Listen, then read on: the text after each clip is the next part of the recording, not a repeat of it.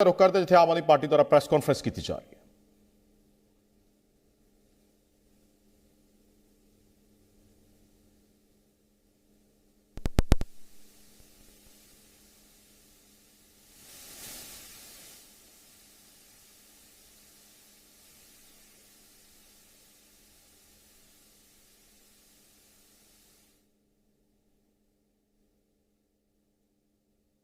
क्षेत्र में बनाया जा रहा है। विधानसभा के हर इलाके में भारतीय जनता पार्टी के कार्यकर्ता और कई लोग जो कहते हैं हम रमेश बिधूड़ी जी के भतीजे हैं, आम आदमी पार्टी कार्यकर्ताओं को डरा रहे हैं, धमका रहे हैं, उनका कॉलर पकड़ रहे हैं, उनका पार्टी का प्रचार का सामान लेके छीन रहे हैं, जला रहे हैं। मैं एक एक करके पिछले एक हफ्ते में हुई ऐसी गुंडागर्दी की घटनाएं आप सभी के साथ शेयर करना चाहूंगी। 15 फरवरी को गिरिनगर इलाके में आम आदमी पार्टी के वार्ड अध्यक्ष अरुण चौहान जी और हमारी महिला विंग की टीम डोर टू डोर कर रही थी। वहां पर भारतीय जनता पार्टी के राजीव भाटी जी, जो कहते हैं वो बिधूड़ी जी के भतीजे हैं और भारतीय जनता पार्टी के पदाधिकारी हैं, बीजेपी का पटका उन्होंने पहना हुआ था। वो हमारे कार्यकर्ताओं के पास आए, गाली गलौज किया, उनके हाथों से स्टिकर छीने, उनके हाथों से पैम्फलेट छीने और वहां पर गाली गलौज करने के बाद आम आदमी पार्टी के पर्चों को जलाया और आम आदमी पार्टी के स्टिकर्स को जलाया। 19 जनवरी 2025 गोविंदपुरी गली नंबर 3 में दीपा सिंह जी नाम की आम आदमी पार्टी की एक कार्यकर्ता हैं। उनको रात को 11:40 पर रमेश बिधूड़ी जी का व्हाट्सएप पर कॉल आया।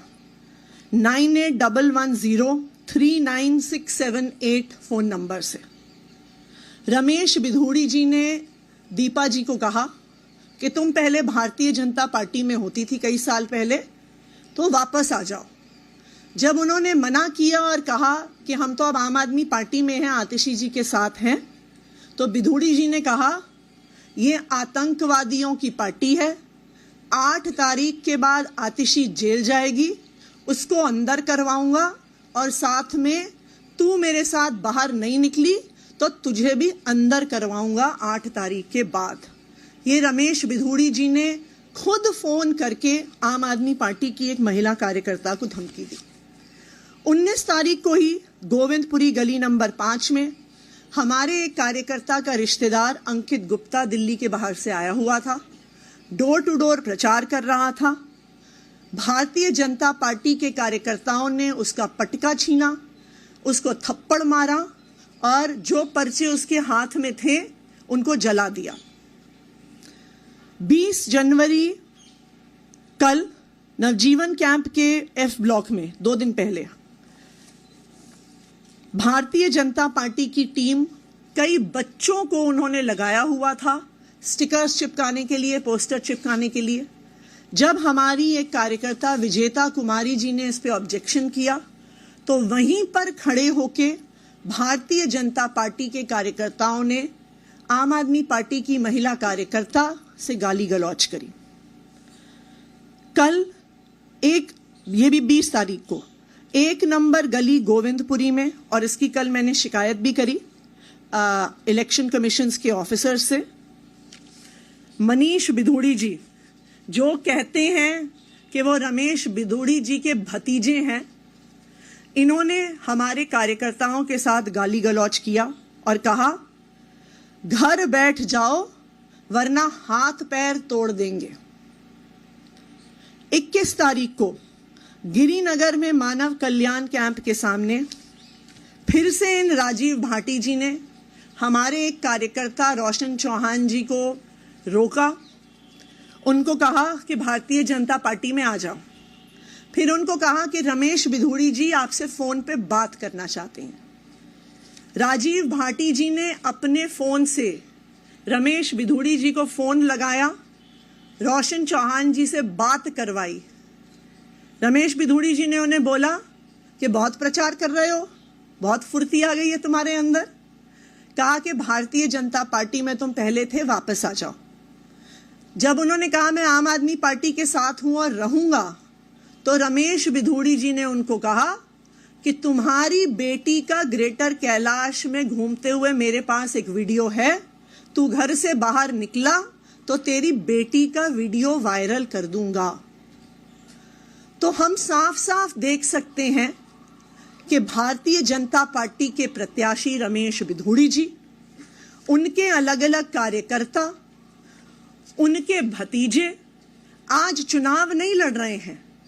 आज वो पूरे इलाके में सिर्फ और सिर्फ गुंडागर्दी फैला रहे हैं। आज इन सारे मुद्दों पे हम इलेक्शन कमीशन को कंप्लेंट करने वाले हैं कि रमेश बिधूड़ी जी पर, उनके कार्यकर्ताओं पर, उनके भतीजों पर एफआईआर दर्ज की जाए और सख्त से सख्त कार्रवाई करी जाए। अब मैं अरविंद जी से कहूंगी वो अपनी बात रखें। अभी जो आतिशी जी ने कहा ये बेहद बेहद चिंताजनक है। जिस तरह से गुंडागर्दी और हिंसा भारतीय जनता पार्टी फैला रही है, ये जो आतिशी जी ने कहा ये वारदातें केवल उनकी विधानसभा तक सीमित नहीं है। पूरी दिल्ली के अंदर मेरे पास न जाने कितने हमारे कैंडिडेट्स आ चुके हैं। मेरी अपनी विधानसभा में, राजेंद्र नगर में, इधर उधर कई जगहों पर हमने देखा है और शिकायतें आ रही हैं कि भारतीय जनता पार्टी पूरी तरह से गुंडागर्दी के ऊपर उतरी हुई है। कोई भी पार्टी या कोई भी कैंडिडेट हिंसा क्यों करता है? उसे हिंसा करने की जरूरत क्यों पड़ती है? वो तभी हिंसा करता है जब वो देखता है कि बाकी अन्य अहिंसात्मक तरीके से, शांतिपूर्ण तरीके से उसका जीतना असंभव है। जब उसके पास कोई नैरेटिव नहीं होता, जब जनता उसके साथ नहीं होती, जब जनता उसकी बात नहीं सुन रही होती, तब वो फिर हिंसा पे उतारू होके येन केन प्रकारेन वो चुनाव जीतने की कोशिश करता है। आज दिल्ली में भारतीय जनता पार्टी की यही हालत है। पूरी दिल्ली में भारतीय जनता पार्टी अपनी ऐतिहासिक हार की तरफ धीरे धीरे, या मैं कहूँ तेजी से बढ़ती जा रही है। ये हार ऐसी होने वाली है भारतीय जनता पार्टी की, शायद भारतीय इतिहास के अंदर लिखा जाएगा कि एक पार्टी थी जो इतनी बुरी तरह से हारी। उसकी वजह से अब इसकी कमान अमित शाह जी ने संभाल ली है केंद्र में, और पूरी दिल्ली पुलिस को कानून व्यवस्था से विड्रॉ कर दिया गया है। और पूरी दिल्ली पुलिस को विड्रॉ करके उनको केवल और केवल भारतीय जनता पार्टी के चुनाव प्रचार में करने में, पूरी दिल्ली पुलिस अब भारतीय जनता पार्टी का चुनाव प्रचार कर रही है। और चुनाव प्रचार कैसे कर रही है? भारतीय जनता पार्टी के गुंडों को गुंडागर्दी करने में संरक्षण देते हैं या फैसिलिटेट करते हैं, पार्टिसिपेट भी करते हैं। पूरे खुलेआम गुंडागर्दी चल रही है, पैसे बांटे जा रहे हैं, सामान बांटे जा रहे हैं, साड़ियां बांटी जा रही हैं, और पुलिस वहीं खड़ी होती है। पुलिस बाकायदा लोगों को लाइन में खड़ा करा के प्रॉपरली उनको सामान दिलवाती है, प्रॉपरली पैसे दिलवाती है, चेक करती है। वोटर हो तो सामान लो, वोटर नहीं हो, वोट नहीं बना हुआ तो पुलिस बाकायदा चेक कर करके सामान बंटवा रही है। तो पुलिस के संरक्षण में पूरी दिल्ली से दिल्ली पुलिस को विड्रॉ कर लिया गया कानून व्यवस्था से। और इसलिए हम देख रहे हैं पिछले कुछ दिनों में किस तरह से पहले से ही चरमराई हुई थी दिल्ली की कानून व्यवस्था, अब तो पूरी तरह से ध्वस्त हो चुकी है दिल्ली की कानून व्यवस्था, क्योंकि दिल्ली के लोगों के संरक्षण देने के लिए, उनको सुरक्षा देने के लिए कोई पुलिस अवेलेबल नहीं है। सारी दिल्ली पुलिस केवल और केवल भारतीय जनता पार्टी को गुंडागर्दी को संरक्षण देने के लिए लगी हुई है। मेरी एक दो एसएचओ से बात हुई, उन एसएचओज ने मुझे जो बताया वो इतना खतरनाक है कि आप सुन के आपके रोंगटे खड़े हो जाएंगे। उन्होंने कहा जी सीधे एमएचए से आदेश आ रहे हैं, बीच में कोई सीपी नहीं है, कोई डीसीपी नहीं है, कोई स्पेशल सीपी नहीं है, कोई एडिशनल सीपी नहीं है, सीधे एमएचए से आदेश आता है एसएचओ को, फलानी फलानी जगह फलाने फलाने नेता की के आम आदमी पार्टी के नेता की मीटिंग डिसरप्ट करनी है। और पुलिस वहां पे बाकायदा अब लेके जाती है बीजेपी के गुंडों को, अपने संरक्षण में वहां पे गुंडागर्दी करवाती है। दिल्ली के अंदर अब केवल आम आदमी पार्टी नहीं, कोई पता चल जाए कि आम आदमी पार्टी का समर्थक है आम आदमी पार्टी का वोटर है उसको भी नहीं बख्शा जा रहा, उसको डराया जा रहा है, जैसे अभी इन्होंने कहा धमकाया जा रहा है, डराया जा रहा है। और पूरी दिल्ली के अंदर एक जबरदस्त डर का माहौल है कि खबरदार अगर आम आदमी पार्टी को वोट दिया तो। दिल्ली ने इस तरह की हिंसा कभी नहीं देखी थी। दिल्ली एक शांतिप्रिय स्टेट है, दिल्ली एक सभ्य लोगों का शहर है, दिल्ली पढ़े लिखे लोगों का शहर है। तो मैं ये पूछना चाहता हूं कि क्या दिल्ली ये सब बर्दाश्त करेगी? दिल्ली ये बर्दाश्त नहीं करेगी। मेरी अपनी 3 या 4 सभाओं को इन लोगों ने डिसरप्ट करने की कोशिश की और बड़ी खूबसूरती देखिए कि वहां जो ऑडियंस में लोकल जनता आई हुई थी, महिलाओं ने खड़े होकर जो बीजेपी के कार्यकर्ताओं को खदेड़ा, वहां से उन्हें दुम दबा के भागना पड़ा। तो मैं दिल्ली की जनता को कहना चाहता हूं कि दिल्ली हम सब लोगों की है, इन गुंडों की नहीं है दिल्ली। हमें दिल्ली को बचाना पड़ेगा, आपको दिल्ली को बचाना पड़ेगा। अपनी दिल्ली के लिए, अपने बच्चों के भविष्य के लिए, दिल्ली के भविष्य के लिए आपको खड़े होना पड़ेगा। अगर कहीं ये डराने की कोशिश करें, एकजुट होकर इनका सामना करना पड़ेगा। हम देखते हैं, हम सब 2 करोड़ लोग देखते हैं कि कैसे ये बीजेपी वाले दिल्ली को बर्बाद करते हैं। हम नहीं होने देंगे दिल्ली को बर्बाद। और आप सोच के देखो, चुनाव के पहले अगर ये गुंडागर्दी इस तरह की कर रहे हैं, खुदा ना खास्ता अगर ये जीत गए तो चुनाव के बाद ये दिल्ली का क्या हाल करेंगे, इसकी आप कल्पना भी नहीं कर सकते। हमें दिल्ली की संस्कृति को बचाना है और इस गुंडागर्दी को रोकना है। आप कुछ अगर कोई 1-2 क्वेश्चंस हैं तो आप बताइए। वो बिल्कुल रोकने की कोशिश की जा रही है। मुझे ये डर है कि चुनाव वाले दिन वोटर्स को वोट डालने से रोका जाएगा। मुझे मतलब जैसा मैंने बताया, बीजेपी अपनी शायद 2015 की जो हार थी, 3 सीट आई थी, उससे भी ज्यादा बुरी हार इन लोगों की होने वाली है इस बार। बहुत बुरा हाल होने वाला है। और जितनी गुंडागर्दी ये कर रहे हैं उतने वोट इनके कम हो रहे हैं, उतने वोट। जनता ये पसंद नहीं करती। जनता कहती है भाई आप अपना काम बताओ, काम इनके पास है नहीं गिनाने को। जनता कहती है आप अपना विजन बताओ, विजन ये कहते हैं मोहल्ला क्लिनिक बंद कर देंगे, दिल्ली के स्कूल बंद कर देंगे, दिल्ली के। जनता को ये सब, इनका एजेंडा पसंद नहीं आ रहा जनता को।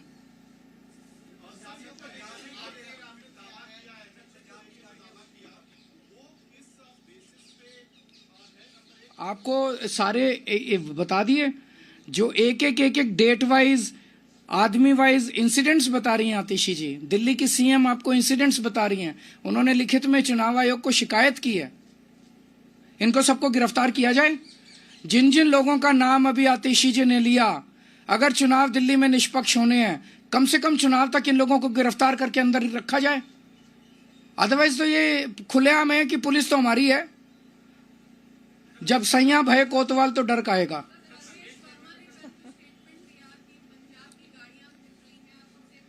मेरे को बहुत दुख हुआ दिल्ली का एक नागरिक होने के नाते और दिल्ली का पूर्व सीएम होने के नाते।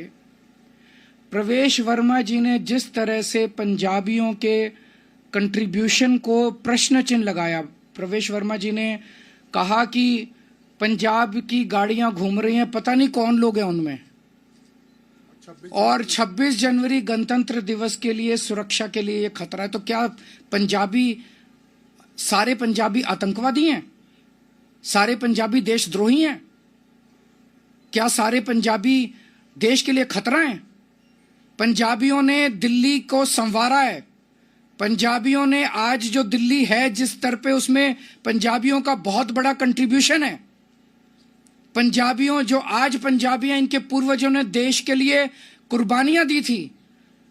आज जो दिल्ली के पंजाबी हैं, उनके पूर्वजों ने देश के लिए अपनी जान न्यौछावर की थी। 1947 में जब पार्टीशन हुआ था, लाखों पाकिस्तान से रेफ्यूजी दिल्ली आए थे। उन्होंने न जाने कितनी यातनाएं और कितनी दुर्दशा झेली थी। आज ये छोटा सा लड़का दिल्ली के पंजाबियों को, पंजाब के पंजाबियों को चुनौती देने चला है। हम इसका सख्त विरोध करते हैं और हम कहते हैं कि अमित शाह जी को इसके लिए माफी मांगनी चाहिए पूरे देश से। अमित शाह जी को पंजाबियों से माफी मांगनी चाहिए। Thank you.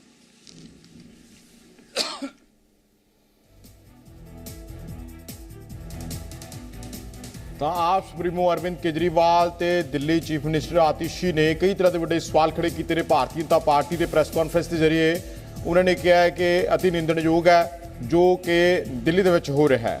सो अपमानजनक करार दिता है। बीजेपी लीडर प्रवेश वर्मा ने जिहड़ा बयान दिता सी बीती शाम उसनूं लैके सवाल खड़े कीते ने। दिल्ली विधान सभा चोणां दे दौरान जिहो जी तस्वीर नज़र आ रही है, गुंडागर्दी के इल्जाम लाए ने बीजेपी ते निरपक्ष चोणां की मंग रखी है। तो उन्होंने कहा कि असीं चोण कमिशन दे नाल भी जिहड़ी है इस मुतलक मुलाकात करांगे।